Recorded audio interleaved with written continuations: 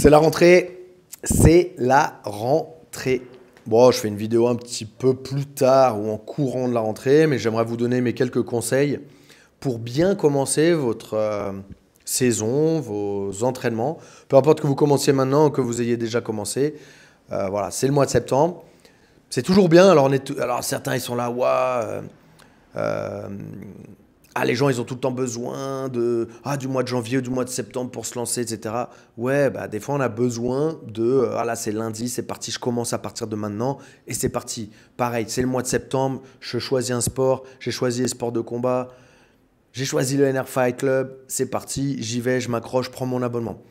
Alors déjà, la première chose, c'est quand vous prenez votre abonnement, il faut vous y tenir. Je sais que c'est dur. En fait, c'est dur les sports de combat. Les sports de combat, c'est dur. Parce que vous allez vous faire battre tous les jours, ou à chaque fois que vous allez venir, quasiment. C'est difficile. C'est des sports qui sont durs. Physiquement, mentalement, c'est difficile. Maintenant, je pense que ça en vaut la peine.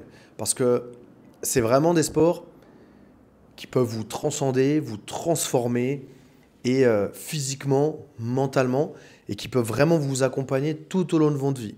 Alors forcément, la pratique va devoir évoluer. Vous ne pourrez pas pratiquer de la même façon quand vous avez 20 ans que quand vous avez 40 ans.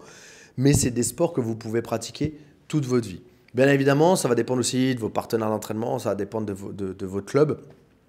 C'est sûr que si vous êtes dans un club où ça fait que la bagarre, on fait que des sparring, allez, c'est la bagarre, c'est la bagarre, c'est la bagarre, c'est difficile de tenir dans le temps. Par contre, si c'est un club où il y a quand même une importance très importante, une importance portée sur l'apprentissage de la technique, sur les sparring à thème qui soient bien dirigés, bien cadrés pour pouvoir vous permettre d'évoluer. Et derrière, au niveau des sparring, de ne pas vous forcer à vous mettre avec des mecs qui font 50 kilos de plus que vous, avec des gens qui n'ont rien à voir avec vous. Il y a beaucoup plus de chances que vous perduriez dans ces sports-là. N'hésitez pas aussi à mettre vraiment votre ego de côté et essayez de tourner un maximum avec des gens de votre niveau et même d'un niveau en dessous pour pouvoir tester votre technique. Imaginons si je jouais au foot que contre Cristiano Ronaldo ou si je jouais, je ne sais pas, si je devais que boxer avec Mike Tyson. Quand est-ce que je vais progresser? Je ne vais pas progresser. Alors ouais, je vais devenir plus fort dans la tête parce que je vais m'en prendre plein des coups et puis au début je vais être un peu craintif puis après c'est pas grave et puis bon. Mais au fond, je ne vais pas progresser en fait, je ne vais pas devenir un meilleur combattant, je ne vais pas pouvoir travailler mes attaques.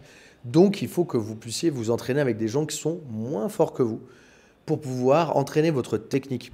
Bien évidemment, quand je fais ça, je ne cherche pas à écraser, défoncer, soumettre 50 fois la personne, l'humilier, le blesser, mais je vais utiliser mon partenaire pour essayer des nouvelles techniques que je ne maîtrise pas et essayer de les appliquer sur lui. Ça, c'est important. Donc, premier, c'est de se tenir à votre engagement que vous avez envers le club et envers vous-même. Vous avez pris un abonnement d'1 an, accrochez-vous. Ça va être dur, c'est sûr. Vous aurez des moments où ce sera difficile dans votre vie personnelle et que vous allez avoir ce truc-là de putain, en fait, je vais peut-être pas pouvoir aller tout le temps au club. Je vais mettre un peu de côté pendant un mois et j'y retourne après. Ça, c'est la pire erreur à faire. Des fois, on est obligé de le faire, on le fait. Mais si on n'est pas vraiment obligé de le faire, ne le faites pas. Parce que ce qui est dur, c'est de commencer. Mais ce qui est encore plus dur, c'est de recommencer. Et ça, j'en ai vu plein.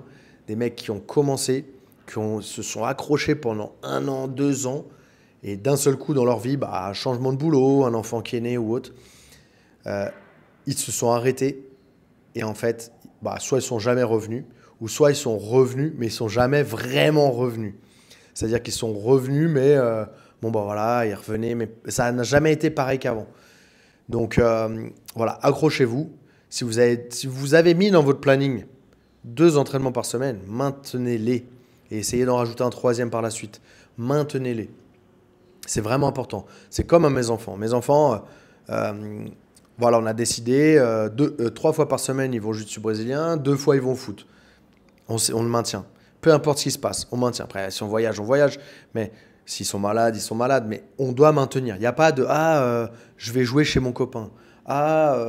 Non, il y a un truc qui passe à la télé que je vais regarder, je sais pas. Non. on a pris cet engagement, c'est comme aller à l'école. L'école, on ne va pas rater l'école. L'école, on n'a pas le droit de rater l'école. Et bien là, c'est la même chose. Le sport, on n'a pas le droit de le rater. À partir du moment où je me suis inscrit, j'ai pris un engagement, je me suis dit que j'allais prendre ces 2 ou 3 créneaux-là, j'y vais et je m'accroche. À côté de ça, pensez aussi que tout ce qui se passe en dehors du tatami va conditionner ce qui se passe sur le tatami. L'alimentation, le sommeil, le stress de la vie de tous les jours. Toutes ces choses-là, il faut essayer de les organiser. Et c'est pour ça que la pratique des sports de combat, comme c'est tellement exigeant, eh bien, ça vous demande d'être exigeant dans votre vie envers vous-même et envers comment vous l'organisez. Et donc, c'est pour ça que c'est important, je pense, de maintenir cette pratique-là le plus longtemps possible pour que vous continuiez à être exigeant envers vous-même et envers votre pratique et envers votre vie en général, quoi. Donc, c'est vraiment, vraiment important que vous organisiez bien ça et que vous soyez discipliné. Voilà, ça va nous donner une discipline. C'est vrai que quand on n'a pas vraiment de sport, le sport, il est vraiment là pour nous montrer que on a fait des bêtises, quoi. Ah, j'ai bu de l'alcool hier, wow, aujourd'hui je suis à la ramasse. Ah, j'ai mangé un burger et des frites hier soir, oh, bah, aujourd'hui je suis pas très performant. En fait, le sport, il est là pour nous montrer les bêtises qu'on fait et essayer de les corriger.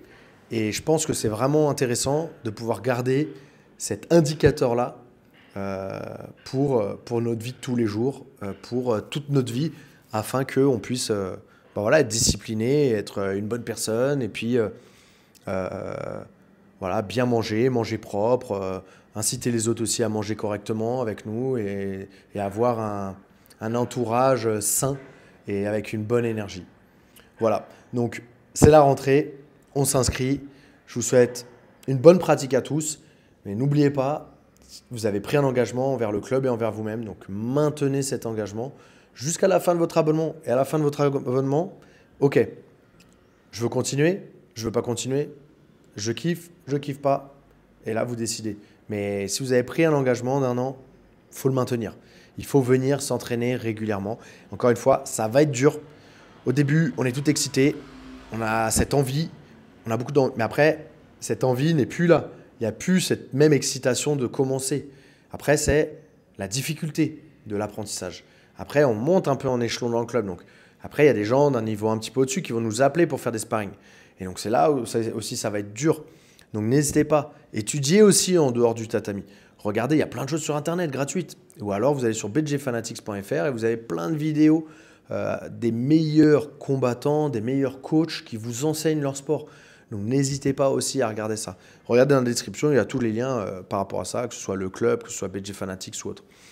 Donc voilà, écoutez, profitez bien, kiffez votre pratique et surtout, ouais, profitez de chaque instant. Moi, j'adorerais être ceinture blanche aujourd'hui et je le suis parce que je commence le jiu-jitsu brésilien, même si j'ai une ceinture noire parce qu'on m'avait remis une ceinture noire à l'époque.